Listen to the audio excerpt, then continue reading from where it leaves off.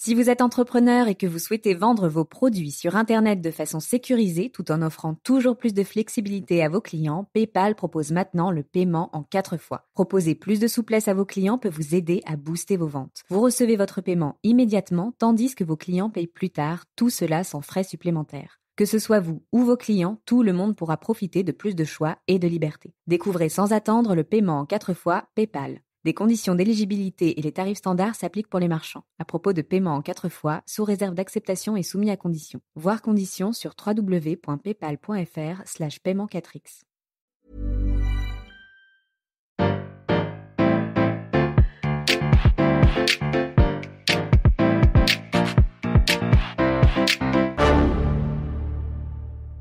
Bonjour, vous avez choisi la réponse D. Mais d'abord, écoutez la question. Aujourd'hui, sur la thématique sport, les Jeux Olympiques de 1906 ont-ils eu lieu ? Il y a des choses qui reviennent tous les 4 ans. Les années bissextiles, les élections américaines, les coupes du monde de foot ou de rugby, ou encore les Jeux Olympiques. Qu'ils soient d'hiver ou d'été, la règle reste la même depuis la création des JO modernes en 1896 à Athènes. Une fois tous les 4 ans. Donc y a-t-il eu des Jeux Olympiques en 1906 ? Avec un petit calcul mental, vous devriez me dire non. Ça fait 10 ans. La preuve, on a eu des Jeux à Saint-Louis aux États-Unis en 1904, puis à Londres en 1908. Pourtant, il s'est bien passé un événement sportif important entre les deux. Pour le comprendre, revenons en Grèce en 1896. La renaissance des Jeux antiques est un succès et le pays hôte propose d'organiser l'événement tous les 4 ans. Après tout, ils ont maintenant l'expérience de l'organisation et les infrastructures pour l'accueillir. Plusieurs pays les soutiennent, mais pas la France. Monsieur le baron Pierre de Coubertin compte bien tenir les JO à Paris en 1900. C'était son plan de base, tenir les premiers Jeux Olympiques en parallèle de l'exposition universelle. Mais on a finalement décidé de faire la première édition sur les terres de l'Olympe. Alors si en plus on propose maintenant qu'Athènes accueille l'événement tous les 4 ans, Coubertin va mettre son veto. Et il est président du CIO, le Comité international olympique, donc il a un peu son mot à dire. Sauf que les fameux Jeux de 1900 ne sont pas une grande réussite, notamment parce que l'expo universelle leur fait complètement de l'ombre. Les compétitions sportives ont lieu dans le cadre de l'exposition qui dure 4 mois. Après cet échec, le CIO remet en avant l'idée des Jeux organisés en Grèce. On les appellerait les Jeux intercalaires. Ils auraient lieu en alternance avec l'événement principal. Et donc après les Jeux de 1904 aux États-Unis, ont lieu les secondes Olympiades d'Athènes.